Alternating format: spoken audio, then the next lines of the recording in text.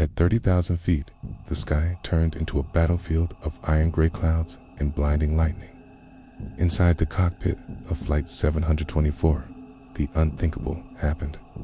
A sudden atmospheric shift left both experienced pilots unconscious in their seats. Panic surged through the galley as the flight attendant realized the gravity of the situation. The cockpit door was open, revealing a terrifying void. While others froze in fear, 12-year-old Maya stood up. She had spent hundreds of hours on flight simulators, studying every dial and lever. She stepped into the cockpit. The smell of ozone and the roar of the wind outside were overwhelming, but she didn't blink. Maya reached for the headset. Her voice was thin but steady as she called out into the darkness of the radio waves. "Mayday, Mayday.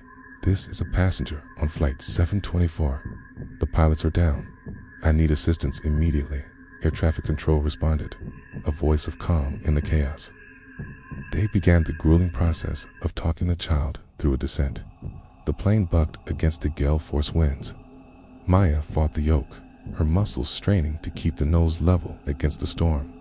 Behind her, the flight attendant watched in silent prayer, holding onto the pilot's seat to stay upright as they plummeted through clouds. They were descending fast.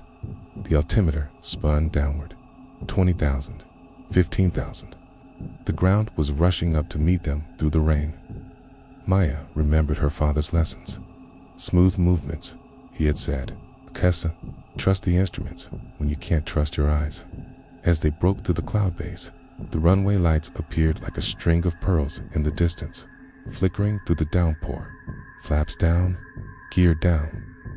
Her voice was a rhythmic chant now. She was no longer just a child.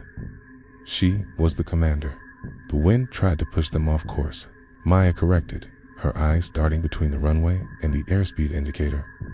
Free 100 feet. Tarmac with a scream of rubber. The plane bounced once, twice, before the weight settled onto the concrete. Maya pulled the thrust reversers back with everything she had. The roar was deafening as the massive machine finally began to slow. The plane came to a halt in a cloud of mist and rain. For a moment, there was nothing but the sound of the girl's heavy breathing. She had done it. Against every odd, a 12-year-old had brought 300 souls home safely. True heroes are born in the storm. When the cabin doors opened, the world saw a girl, but those on board knew they were looking at a legend.